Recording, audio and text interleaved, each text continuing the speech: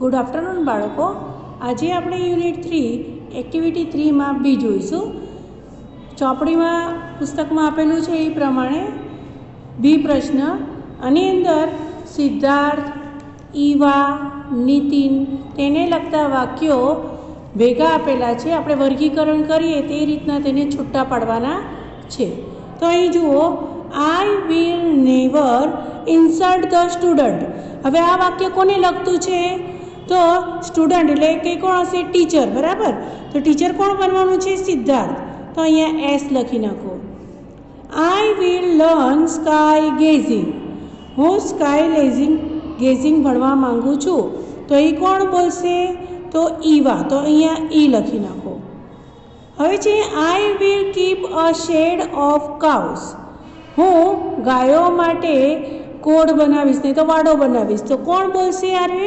તો નીતિન. તો અહીંયા એન લખી નાખો. I will study about birds, butterflies and trees. હું પંખીઓ, પતંગિયા, વૃક્ષો વિશે જાણીશ, નહીં તો ભણીશ. તો આ વાક્ય કોના માટે લાગુ પડશે? તો ઈવા વિશે. We will do hands on activities. અમે હાથ દ્વારા એક્ટિવિટી કરીશું. તો આ કોણ બોલશે? સિદ્ધાર્થ. ટીચર બનશે એટલે. I will have time table free life. મારું જીવન ટાઈમ ટેબલ વગરનું હશે. તો આ કોને લગતું છે? તો Nitin. I will grow organic food. હું કુદરતી ખાતરવાળું પાક પકવીશ. તો કોણ બોલે છે અરે? તો આ નીતિન માટે આવશે. I will go out with my students. હું મારા વિદ્યાર્થી જોડે બહાર જઈશ. તો આ વાક્ય કોણ બોલશે? સિદ્ધાર્થ. ટીચર બનવાનો છે. I will find out the beautiful places in Gujarat. હું ગુજરાતના જોવાલાયક સ્થળો શોધી કાઢીશ. તો કોણ બોલશે અરે? Eva. I will enjoy community life. હું સમાજની સાથે મારું જીવન વિતાવીશ. તો કોણ બોલશે? Nitin. I will have healthy food, air and drink. હું સ્વસ્થ ખોરાક, હવા અને પાણી પીશ. તો આ વાક્ય કોનું આવશે? તો નીતિનનું. હવે જે આપણે આ વાક્ય છૂટા પાડ્યા છે તેને અહીં સિદ્ધાર્થ, ઈવા અને નીતિન આ ત્રણેયમાં એ વાક્ય છૂટા પાડીને લખી નાખીશું. હવે આપણો બીજો પ્રશ્ન છે, right true or false for each sentence. Correct the false statement and say it to the class. હવે આ વાક્ય ખરા છે કે ખોટા તે આપણે લખવાનું છે. હવે છે Siddharth will insist pin drop silence in his class. Siddharth પોતાના વર્ગખંડમાં એકદમ શાંતિ જાળવવાનું કામ કરશે. હવે જો Siddharth will insist pin drop silence in his class. તેના ક્લાસમાં એને એકદમ નીરવ શાંતિ જોશે. તો આ વાક્ય ખરું છે કે ખોટું છે? તો ખોટું છે. બરાબર. ફોલ્સ. અને તેને આપણે સુધારીને ફરીથી લખવાનું છે. તો આપણે શું લખશું? સિદ્ધાર્થ વિલ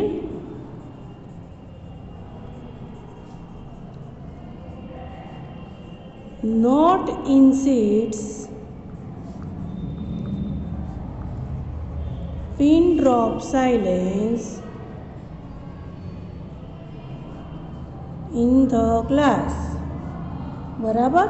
તે વર્ગખંડમાં નીરવ શાંતિ રખાવશે નહીં.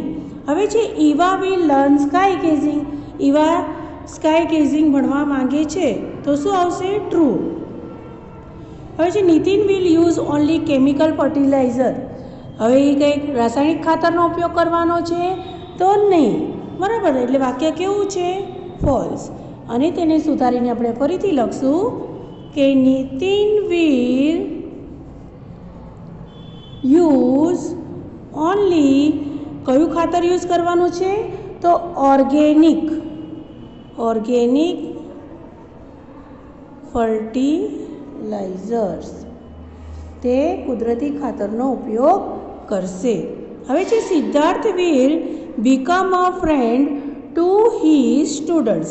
તે પોતાના વિદ્યાર્થીઓ જોડે મિત્ર બનીને રહેશે. તો શું આવશે? ટ્રુ. હે ને? પોતાના વિદ્યાર્થીઓ સાથે મિત્ર બનીને રહેવાનો છે. હવેનું વાક્ય છે Eva will not earn good money. Eva છે તે સારા પૈસા રળી શકશે નહીં. તો આ વાક્ય કેવું છે? ખોટું છે. એટલે આપણે શું લખશું? ફોલ્સ. અને એનો કરેક્ટ આન્સર લખશું Eva will earn good money. સારા પૈસા રળી શકશે. હવે આપણો ડી પ્રશ્ન છે, who can speak this sentence, write their names. આ વાક્ય કોણ બોલે છે તેનું નામ અહીં દર્શાવો. પહેલું વાક્ય છે, students keep quite, there is a bird in that tree. વિદ્યાર્થીઓ શાંત રહો, પેલા વૃક્ષ ઉપર પંખીઓ છે. તો આ વાક્ય કોણ બોલશે? તો સિદ્ધાર્થ બોલશે. બરાબર. એ પોતાના વિદ્યાર્થીઓને બહાર ભણાવવા માટે લઈ જશે. તો આ વાક્યમાં આપણે લખશું Siddharth. Friends, we will go for a movie on 26th જાન્યુઆરી. આપણે 26મી જાન્યુઆરીએ મૂવી જોવા જશું. તો આ વાક્ય પણ કોણ બોલે છે? સિદ્ધાર્થ. એ પોતાના વિદ્યાર્થીઓને મિત્ર તરીકે રાખશે અને તેઓને બહાર પણ લઈ જવાનો છે. We use only organic fertiliser. અમે ફક્ત કુદરતી ખાતરનો જ ઉપયોગ કરીશું. તો આ વાક્ય કોણ બોલે છે? કોણ ખેડૂત બનવાનું છે? નીતિન. તો આપણે અહીંયા લખશું Nitin. Divyesh will go, please distribute this word card to each group. Divyesh, આ કાર્ડ તું બધા ગ્રુપમાં વહેંચી દે. તો આ વાક્ય કોણ બોલશે? તો સિદ્ધાર્થ બોલશે. બરાબર. છોકરાઓને હાથ દ્વારા એક્ટિવિટી દ્વારા શીખવવાનો છે. એટલે આ વાક્ય પણ કોની માટે આવશે? સિદ્ધાર્થ માટે. We supply 200 litre of milk to the dairy every day. અમે દરરોજ 200 લીટર જેટલું દૂધ ડેરીમાં મોકલી આપીશું. તો આ વાક્ય કોની માટે આવશે? તો નીતિન માટે. હવે છે, વોટ વિલ યુ બીકમ. તમે મોટા થઈને શું કરવા માંગો છો? કે શું બનશો તમે? શિક્ષક બનશો, ખેડૂત બનશો, ડૉક્ટર બનશો, સૈનિક બનશો, બરાબર, a teacher, a trekking organiser or a farmer. હવે તમને આ ત્રણેયમાંથી શું બનવું છે? What will you do then? તમે બનશો તો you can add new ideas also. તો તમને જે પાઠમાં આપેલા છે એના સિવાયના પણ તમે નવા વાક્યો અહીંયા ઉમેરી શકો છો. તો મેં અહીં આઈ વિલ બીકમમાં ટીચરનો લીધેલો છે. I will become a teacher. હું શિક્ષક બનીશ. I will start my school. હું મારી શાળા શરૂ કરીશ. My school will have a very big playground and garden. મારી શાળામાં ખૂબ જ મોટું રમતનું મેદાન અને બગીચો હશે. There will be very nice classroom also. વર્ગખંડ પણ કેવા હશે? સુંદર હશે. There will be no uniform in my school. મારી શાળામાં બાળકોને યુનિફોર્મ નહીં હોય. Students will spend less time in class. વર્ગખંડમાં તેઓ ઓછો સમય પસાર કરશે. They will learn more in nature. તેઓ વધારે નેચરમાંથી એટલે કે કુદરત પાસેથી શીખશે. They will sit in the garden. તેઓ બગીચામાં બેસશે. Under a tree. ક્યાં? તો વૃક્ષ નીચે. એન્ડ લર્ન અને ભણશે. પહેલાંના સમયમાં ગુરુકુળ હતા ને, વિદ્યાર્થીઓ બધા ગુરુકુળમાં રહીને ત્યાં ગુરુ પાસેથી, ઋષિઓ પાસેથી જ્ઞાન લેતા. તો આશ્રમની અંદર બધા ઝૂંપડા હોય, બરાબર, અને જ્યારે ઋષિઓ છોકરાઓ બાળકોને શિક્ષણ આપતા હોય ત્યારે બધા વૃક્ષ નીચે બેસીને જ્ઞાન પ્રાપ્ત કરે છે. એટલે અહીં પણ આ નિબંધમાં એવું જ છે કે હું તેઓને બગીચામાં વૃક્ષો નીચે બેસાડીને જ્ઞાન આપીશ. My students will have no homework. મારા વિદ્યાર્થીઓને હું ઘરકામ નહીં આપું. And no punishment. અને કોઈ શિક્ષા પણ નહીં કરું. Nobody will scold them. They will be happy. Nobody will scold them એટલે તેઓને કોઈ વઢશે નહીં. They will be happy. અને તેઓ ખુશ રહેશે.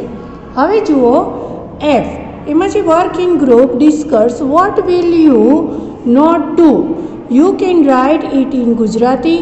Present your views two the class. અને વર્ગખંડમાં તમારા વિચાર રજૂ કરવાના છે. અહીં છે યુ આર અ પ્રિન્સિપલ. જો તમે પ્રિન્સિપલ બનો તો તમે કઈ કઈ ક્રિયાઓ નહીં કરો. બરાબર, તમને હમણાં જે પસંદ નથી એ તમારે કહેવાનું.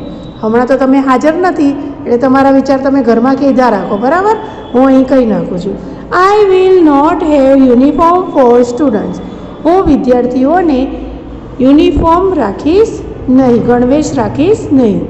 આઈ will not scold them or punishment. હું તેઓને વઢીશ નહીં અને પનિશમેન્ટ એટલે કે શિક્ષા કરીશ નહીં. I will not give them homework. હું તેઓને હોમવર્ક એટલે કે ઘરકામ પણ આપીશ નહીં. I will not have exams. સૌથી મોટામાં મોટું જે તમને સજારૂપ લાગે તે, હું તેઓની એક્ઝામ એટલે કે પરીક્ષા લઈશ નહીં.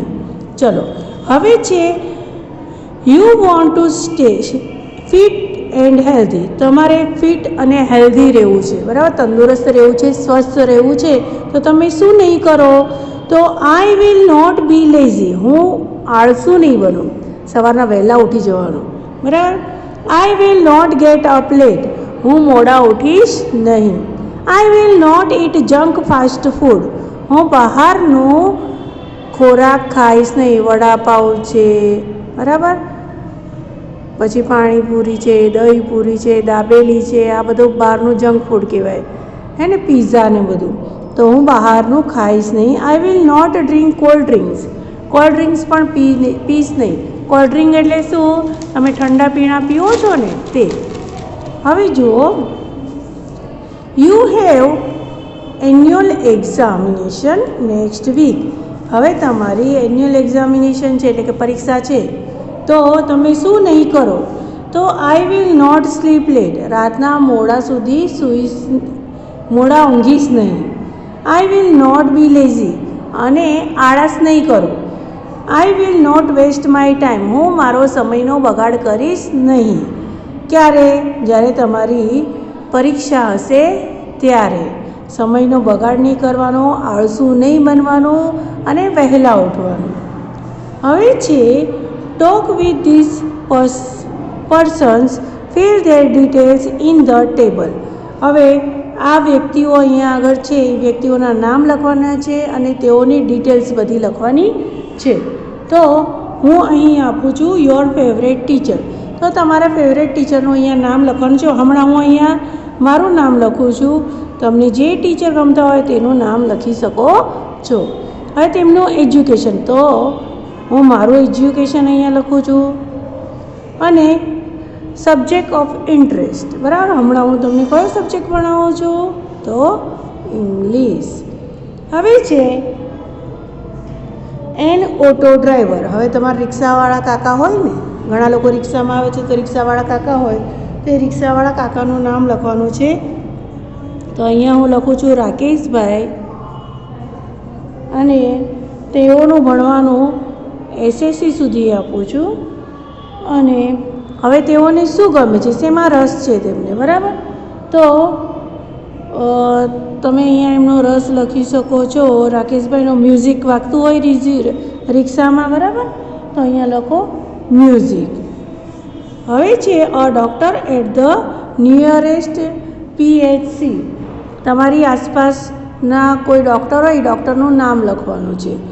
તો અહીંયા હું ડૉક્ટરનું નામ લખું છું, ડૉક્ટર રાજેશ. હવે એને લખું છું MBBS. અને ડૉક્ટરને શું ગમે છે? તો રીડિંગ, ક્રિકેટ રમવું, બરાબર, તમે ગમે તે લખી શકો. તો અને તમારે ડૉક્ટર પાસે જતા હોય તો તમે ડૉક્ટરને પૂછીને પણ લખી શકો. હવે છે અ શોપકીપર એટલે કે દુકાનદાર. તો દુકાનદારનું નામ લખો સુભાષભાઈ. દુકાનદાર લખ્યો BCom ભણેલો, બરાબર, અને તેમને રસ હશે વાંચનનો.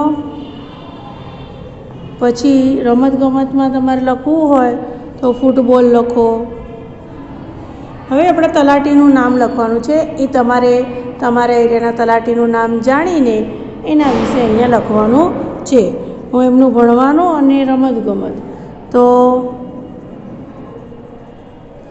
ટીવી જોશે તલાટી, અને તમે રમતમાં લખી શકો ચેસ. તમારે જે લખવું એ લખી શકો. તલાટીનું નામ તમે જાણીને અહીંયા લખી લેજો. આ બધું તમારે અંગ્રેજીની નોટમાં લખવાનું રહેશે.